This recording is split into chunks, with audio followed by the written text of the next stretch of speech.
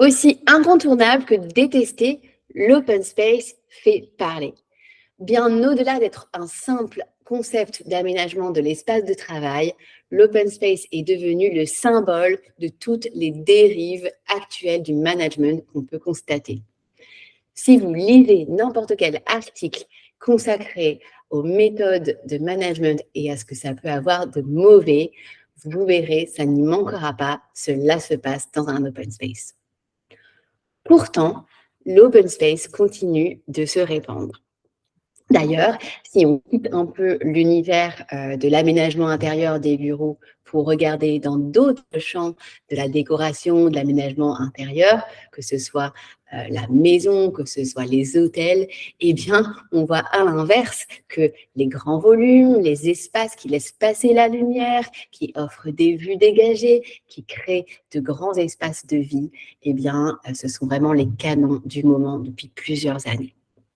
Alors, que se cache-t-il finalement derrière ce rejet de l'open space?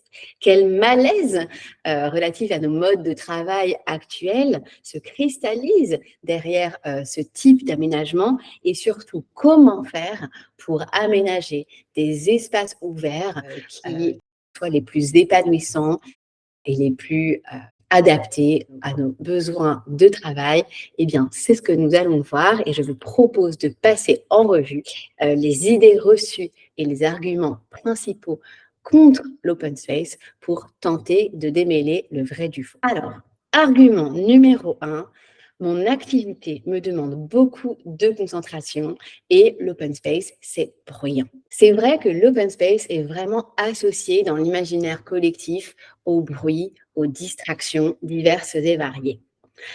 Cet argument, à vrai dire, me fait toujours un peu sourire parce que si on se pose 10 minutes, il y a en fait tout un tas de distractions possibles qui vont venir perturber notre journée de travail et c'est bien loin d'être notre simple environnement immédiat, quel que soit le type d'espace dans lequel on se trouve d'ailleurs.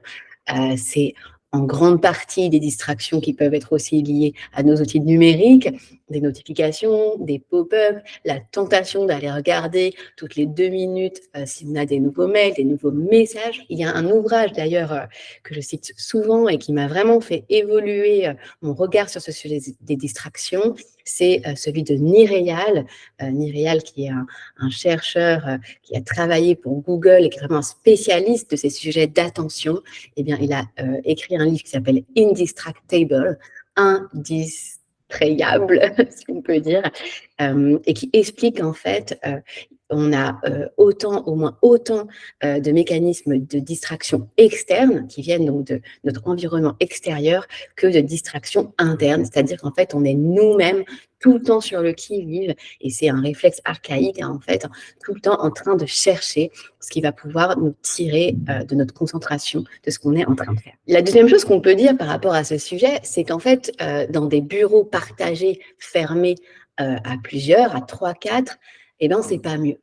Quand on regarde de près, on se rend compte que c'est même dans ces environnements-là, où on a un petit groupe de personnes entre 4 murs, que les interruptions intempestives, les prises de parole vont être les plus fréquentes. On va finalement presque parler tout haut, se dire tout le temps tout haut ce qui nous passe par la tête. Alors, qu'est-ce qu'on peut faire pour faire de l'open space l'allié de la concentration et limiter le bruit, les interruptions? Ce qu'il faut faire, c'est limiter ce qu'on appelle les conflits d'usage. C'est vrai que quand 2 personnes sont installées à proximité l'une de l'autre et qu'elles font des activités qui se gênent, l'une au téléphone par exemple et l'autre en train de réaliser un travail de fond, c'est très désagréable, c'est très perturbant. Donc, ce qu'il faut faire, c'est vraiment définir en concertation avec les salariés une ambiance sonore adéquate, adaptée à l'activité de l'équipe. Il peut tout à fait y avoir des open space calmes, où on n'entend pas une mouche voler. Voilà, si par exemple, collectivement, une règle de silence a été adaptée. Et moi, je vous encourage vraiment à faire ça. Deuxième argument, ce n'est pas vrai que l'open space favorise les échanges. C'est vrai que dans les projets de passage en espace ouvert, hein, l'argument de la collaboration, de la transversalité, de la facilitation des échanges, c'est vraiment utilisé par les directions générales, par les directions immobilières comme un point clé du projet. Le problème, c'est que cette idée, elle a été battue en brèche en 2018, notamment à l'occasion de la parution d'une étude scientifique. Voilà, ce sont les chercheurs Turban et Bernstein qui ont jeté un pavé dans la mare. Ils ont étudié 2 entreprises qui sont passées en open space et ce qu'ils ont montré, c'est qu'à cette occasion, les salariés en fait ont diminué leur contact en face à face pour augmenter leurs échanges en ligne, par mail ou par la messagerie instantanée. Alors, moi, quand on me parle de cette étude, ça me fait toujours sourire parce que j'ai envie de dire, il faudrait savoir, soit l'open space, c'est bruyant, soit les gens se mettent à communiquer par mail, mais ça ne peut pas être les deux. Il y a comme quelque part une contradiction. Ce qu'on peut dire aussi, c'est que voilà, on ne peut pas se limiter à une seule étude. C'est très intéressant, cette étude qui enrichit voilà, le corpus qu'on sait sur les open space, mais quand on discute de façon empirique, et nous on l'a fait notamment chez Comme on travaille à l'occasion de la parution aussi de notre propre étude en 2021. Et quand on parle voilà, vraiment avec des salariés qui ont vécu ça de façon empirique, eh bien, ils admettent que même si on est un petit peu gêné par des conversations, eh bien, en fait, on va malgré tout bénéficier du fait de capter des informations dans des échanges autour de nous et que ça va être plus facile quand même de poser une question à un collègue que s'il faut aller dans son bureau, passer une porte. Alors, mon conseil pour vraiment concilier passage en open space et une meilleure collaboration, eh ben, bien sûr, c'est de ne pas s'en tenir à l'espace ouvert. Il ne suffit pas d'ouvrir les espaces, de faire tomber les murs pour favoriser la collaboration. Il faut plutôt compléter l'espace ouvert par tout un tas de petits espaces, salles de réunion, bulles, espaces de pause, qui vont vraiment être adaptés à tout un tas d'échanges divers et variés pour vos salariés. Argument numéro 3, l'open space, c'est impersonnel. C'est vrai, qui ne rêve pas de pouvoir personnaliser son bureau, y mettre le dessin préféré de ses enfants, son cactus, la couronne qu'il a gagnée, la galette des rois de l'an dernier de l'entreprise, sa gourde, etc. Le caractère anonyme et même parfois, certains disent inhumain, de l'open space, eh bien, c'est souvent décrié et c'est encore plus le cas quand ça s'accompagne d'une règle qu'on appelle clean desk, c'est-à-dire dans laquelle on demande aux salariés de débarrasser tous leurs effets personnels quand ils quittent le bureau, quand ils quittent la place. Alors, cet argument-là aussi, ça me surprend toujours un peu parce que finalement, le prix à payer d'avoir son bureau fermé dans lequel on va pouvoir mettre toute sa collection d'affiches de films de Star Wars ou que sais-je, tout ça, c'est du vécu. Eh bien, le prix à payer, c'est de longues enfilades de couloirs très sombres, une ribambelle de portes qui sont quand même très peu accueillantes et qui créent un environnement assez peu chaleureux. Mais bon, ça, c'est mon avis. En tous les cas, le conseil que j'ai envie de donner pour faire rimer open space et personnalisation, c'est vraiment de ne pas fermer la porte justement à la personnalisation.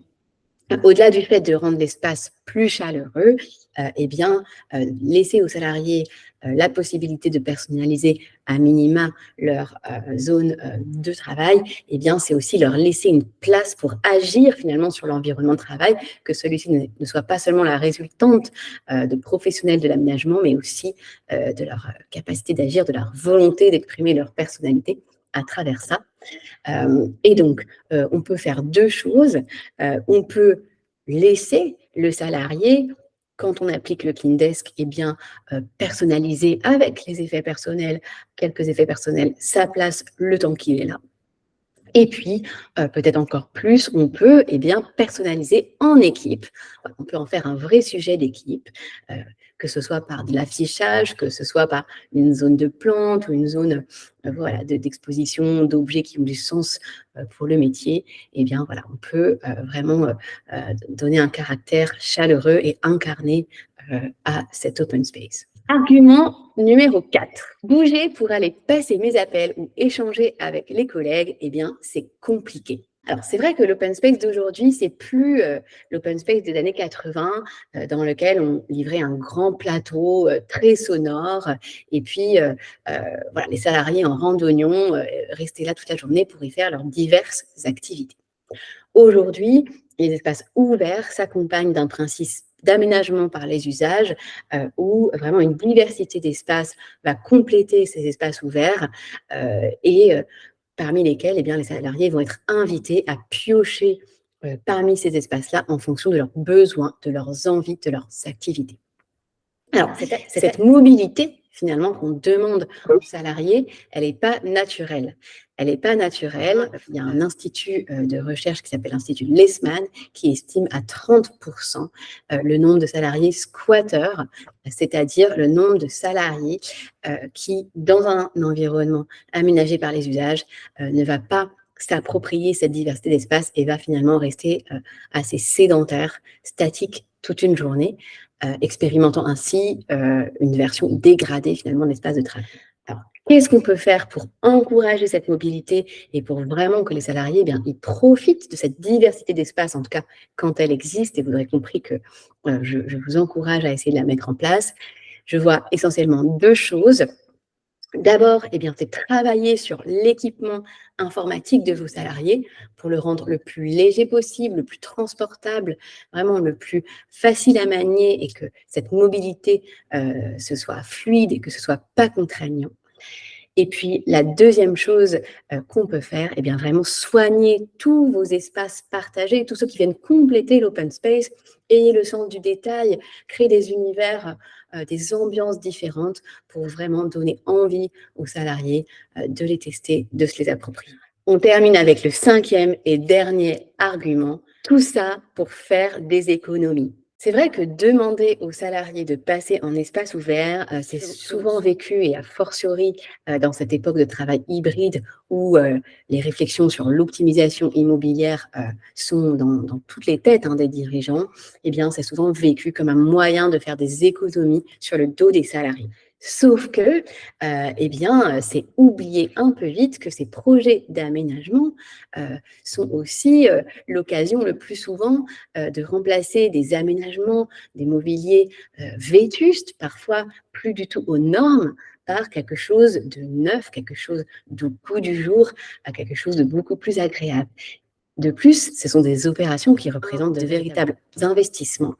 Et donc, voilà, c'est aussi investir dans la qualité de travail des salariés. On peut dire aussi, peut-être comme indicateur de cet aspect des économies, c'est qu'en tout cas, avant la pandémie, même pour les projets qui mettaient en place le flex office, c'est-à-dire le partage des bureaux entre les salariés, justement pour optimiser cette empreinte immobilière, eh bien, un projet sur deux ne faisait pas d'économie de mètres carrés, puisqu'en fait, les mètres carrés gagnés sur les espaces individuels étaient reversés au pot commun, quelque part, des espaces collaboratifs. Alors, mon conseil là-dessus, eh bien, c'est de ne pas voir nécessairement les économies comme une hérésie.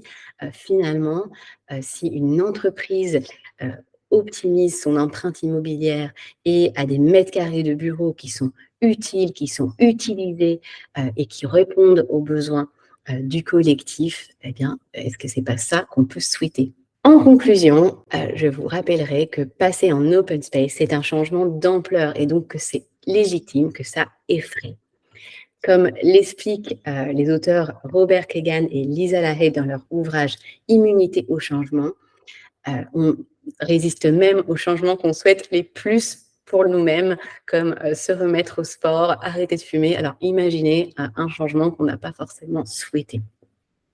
Ce qu'il faut retenir, c'est qu'il est possible de concevoir des bureaux qui s'appuient sur le principe de l'ouverture tout en répondant aux besoins variés d'une personne en situation de travail, à condition de construire une diversité d'espaces, d'accompagner les salariés et vraiment de les intégrer à la conception de vos espaces. Merci.